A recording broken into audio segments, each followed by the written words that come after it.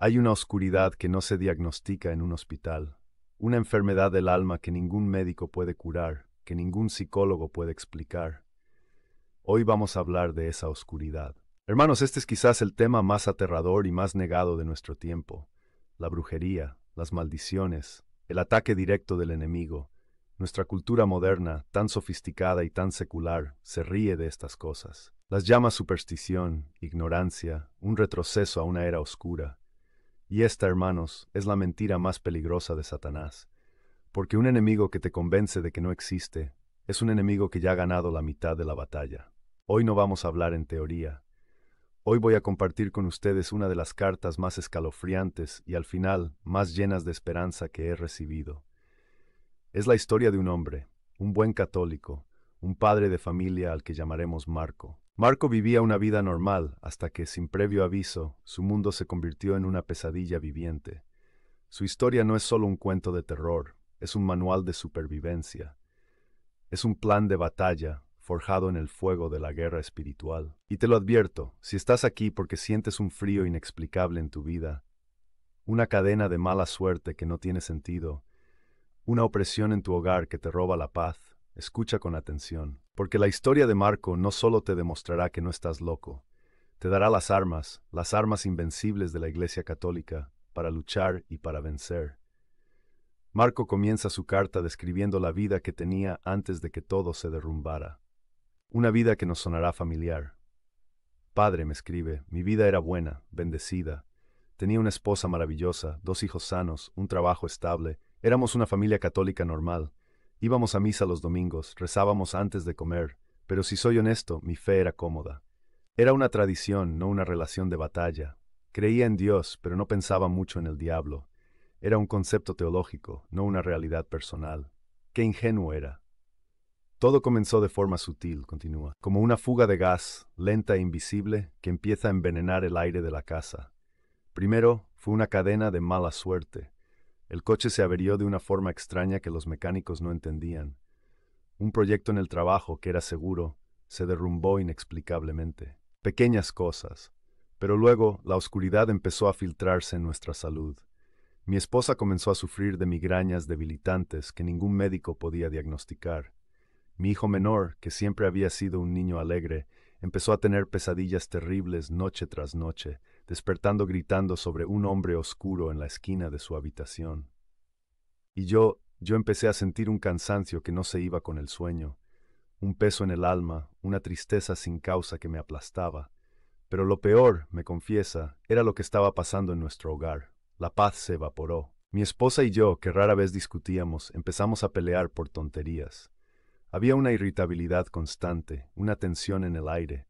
Nuestra casa, que siempre había sido nuestro refugio, comenzó a sentirse fría, extraña. A veces entraba en una habitación y sentía como si alguien acabara de irse. Un escalofrío, la sensación de ser observado. Creí que me estaba volviendo loco. Aquí es donde la historia de Marco da un giro más oscuro. Me cuenta sobre un evento que, en su momento, le pareció insignificante. Unos meses antes de que todo esto comenzara, escribe, tuvimos una disputa familiar por una herencia. Fue algo feo. Y una tía lejana, con la que habíamos tenido el conflicto más grande, nos visitó para una reconciliación. Nos trajo un regalo.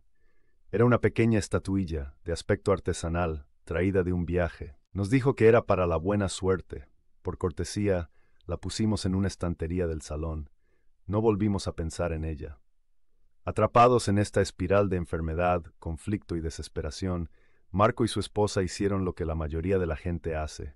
Buscaron ayuda en el mundo. Fuimos a médicos, me escribe. Hicieron análisis de sangre, resonancias magnéticas, electroencefalogramas. La conclusión siempre era la misma, no encontramos nada malo, probablemente sea estrés. Fuimos a terapia familiar. El psicólogo nos habló de dinámicas de comunicación disfuncionales. Padre, yo sabía que no era estrés.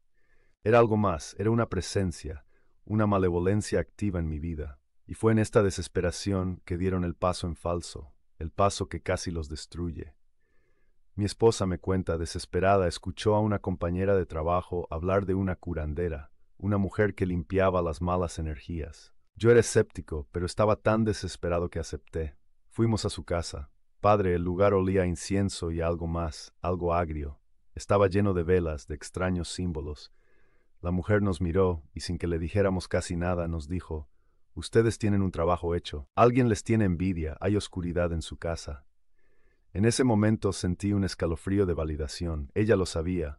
No estábamos locos, y cuando nos dijo eso bajamos todas nuestras defensas y nos pusimos en sus manos. La limpia fue un ritual extraño. Nos pasó huevos por el cuerpo, nos roció con aguas floridas, recitó oraciones que eran una mezcla confusa de nombres de santos y palabras que no entendía. Nos dio unos amuletos para poner en la casa, nos cobró una cantidad considerable de dinero, y nos fuimos de allí con una falsa sensación de alivio. Creíamos que el problema estaba resuelto, pero la batalla real apenas comenzaba. Esa noche, me escribe Marco, sucedió algo que jamás olvidaré. Me desperté de golpe a las 3 de la mañana. La habitación estaba helada, y sentí una presión en mi pecho, como si alguien estuviera sentado sobre mí, ahogándome. No podía moverme, no podía gritar. Abrí los ojos y en la oscuridad al pie de mi cama vi una silueta. Era alta, más oscura que la propia oscuridad, y sentí un odio, una malevolencia que emanaba de ella que era puro terror. No era una pesadilla, estaba despierto. Y entonces escuché una risa en mi cabeza, una risa burlona, triunfante, y entendí con una claridad aterradora: no habíamos expulsado nada, habíamos invitado a algo peor, habíamos intentado apagar un fuego demoníaco con gasolina. La limpia no fue una liberación, fue una invitación formal. A partir de esa noche el infierno se desató. Los fenómenos se volvieron físicos, cuenta. Oíamos arañazos en las paredes, las luces parpadeaban, la estatuilla que nos había regalado mi tía se cayó de la estantería una noche y se rompió, y dentro había cosas extrañas atadas con pelo. Ya no era sutil, era una invasión. Mi esposa estaba aterrorizada, mis hijos estaban enfermos y asustados, y yo, el padre, el protector, estaba completamente roto, impotente. Llegué al punto más bajo de mi vida. Una noche estaba sentado en mi coche, fuera de mi propia casa, demasiado asustado para entrar, y pensé en terminar con todo. El enemigo me había acorralado, me había quitado la salud, la paz, la familia, y ahora quería mi alma. Fue en ese abismo de desesperación que la gracia intervino. Mi teléfono sonó, me escribe. Era un viejo amigo de la parroquia, un hombre mayor, un legionario de María, un hombre de fe sólida, de esos que rezan el rosario todos los días. No sé por qué me llamó a esa hora. Marco, me dijo, no sé por qué, pero sentí que tenía que llamarte. ¿Estás bien? Y padre, me rompí. Le conté todo, sollozando en el teléfono como un niño. No se rió de mí, no me llamó loco, escuchó en silencio, y cuando terminé, su voz fue firme como el acero. Me dijo: Marco, estás en una guerra y has estado luchando con las armas equivocadas. Escúchame con atención. Mañana por la mañana vas a ir a la parroquia y vas a hacer la confesión más honesta de tu vida. Y luego nos veremos. Vamos a luchar, pero esta vez vamos a luchar como católicos. Y aquí, hermanos, es donde la historia de Marco pasa de ser un relato de terror a ser un manual de batalla. La primera acción, el arma nuclear, la confesión. Padre, fui a esa confesión temblando, me dice. Le conté todo al sacerdote, incluyendo la visita a la curandera. Sentí una vergüenza inmensa, y cuando el sacerdote levantó su mano y pronunció las palabras de la absolución, sentí como si cadenas físicas pesadas se rompieran y cayeran de mi alma. Salí de ese confesionario sintiéndome más ligero, sintiendo que podía respirar por primera vez en meses, y luego su amigo lo guió en el contraataque. Y estos, hermanos, son los pasos que cada uno de ustedes debe seguir si se sienten en una situación similar. Primero, renunciar al miedo. Su amigo le enseñó a orar con autoridad. En el nombre de Jesucristo renuncio al miedo. Por mi bautismo pertenezco a Cristo. Su sangre preciosa es mi escudo. Segundo, la confesión que ya había hecho, el arma que cierra todas las puertas al enemigo. Tercero, la Eucaristía.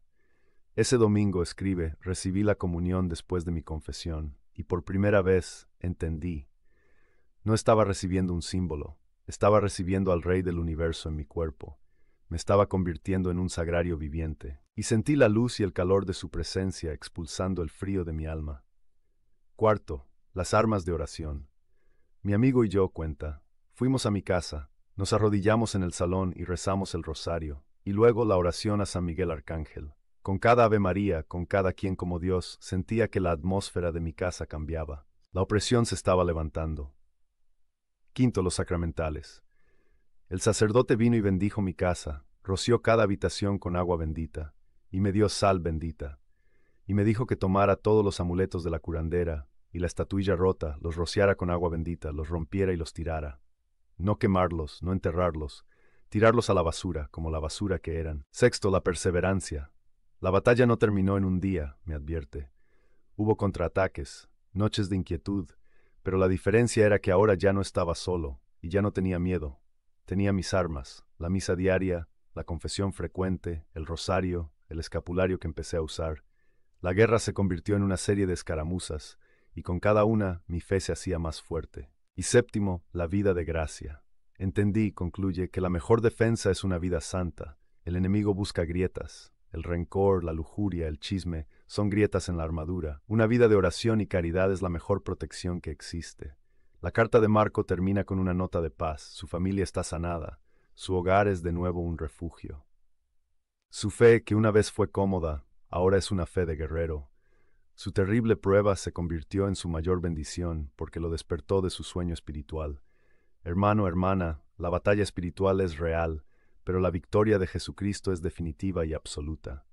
Estas situaciones, por aterradoras que parezcan, son a menudo una gracia disfrazada. Son el llamado de atención de Dios para que volvamos a Él con todo nuestro corazón y nos revistamos con la armadura que Él nos ha dado.